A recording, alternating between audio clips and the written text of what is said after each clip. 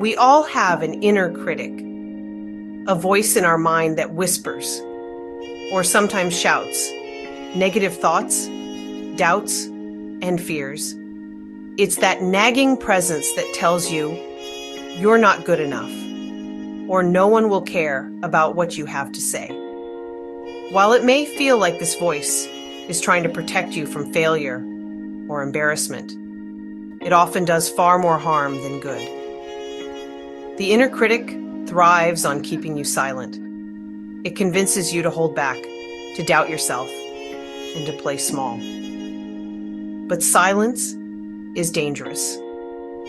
When you let your inner critic take over, you deny yourself the chance to express your unique story, to share your voice, and to create meaningful connections.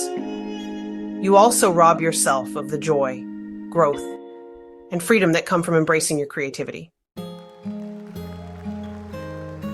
Remaining silent in the face of your inner critic has far-reaching consequences. It can lead to 1. Missed opportunities. You might hold back from pursuing dreams, sharing your work, or stepping into new experiences because you fear judgment or failure. 2. Stunted growth. Silence keeps you in your comfort zone, but growth happens when you take risks and try new things. 3. Lost connection. Your story has the power to inspire, heal, and connect with others.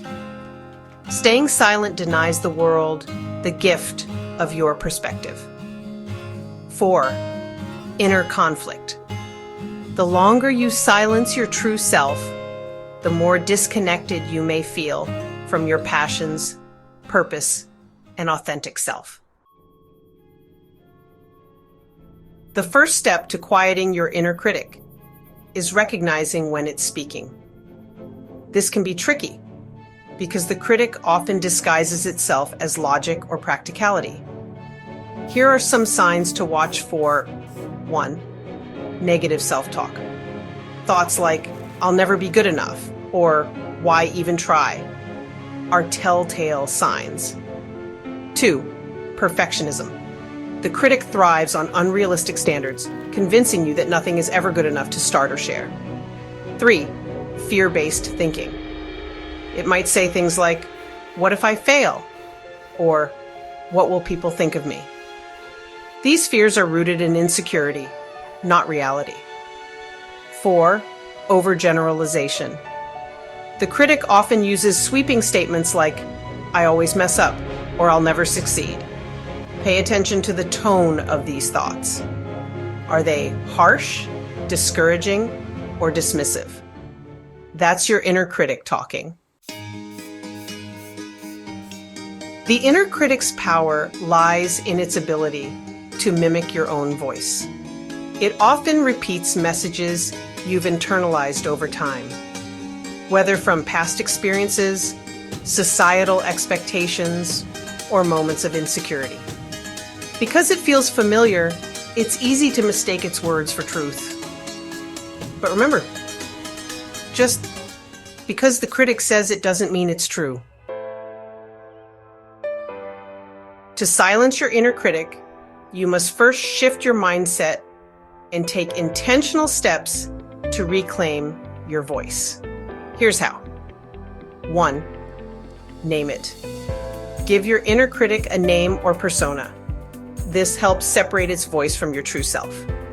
For example, you might call it Nagging Nancy or Critical Chris. When it speaks up, you can say, "Thanks for your input, Nancy, but I'm not listening today." 2. Challenge its assumptions. Ask yourself, is this really true? What evidence do I have to support this thought? Often, the critic's claims fall apart under scrutiny. 3. Reframe the narrative. Replace negative self-talk with positive affirmations. For instance, instead of thinking, "I'm not good enough," tell yourself, "I am learning and growing, and my effort matters." 4. Take action. Anyway, the best way to silence your critic is to prove it wrong. Start writing, speaking, or pursuing your goals despite the fear. With every step you take, its voice will grow quieter. 5. Surround yourself with positivity.